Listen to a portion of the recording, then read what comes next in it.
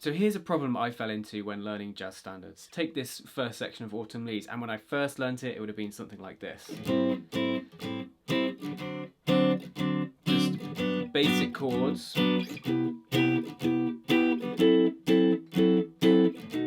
the problem with this is it stayed like that. Whilst there's nothing like obviously wrong with what I played, that would work fine for someone soloing over it or singing or to play with others. It is just a start really, and it's just a start point. Okay, these are the basic chords. And it's not that making things more complicated is necessarily the aim with jazz guitar, but I think it's about exploring the possibilities and different ways in which you can approach playing your chords. And for me, a real game changer on the guitar was learning my drop 2, drop 3, and then drop 2 and 4 voicings in the different inversions so that I could play chord progressions more creatively and more freely. Now, there is a time and a place for basic chords in root position, and there's also a time and a place for chords in inversions for nice harmonic movements in the bass and nice flow to your rhythm guitar playing, making something really interesting that would otherwise be bland or maybe stagnant. And for me, learning some of these 4-note drop voicings just exposes you to another world where there's really endless possibilities in the ways in which you could interpret and play these old standards. Now that can be both overwhelming and inspiring, and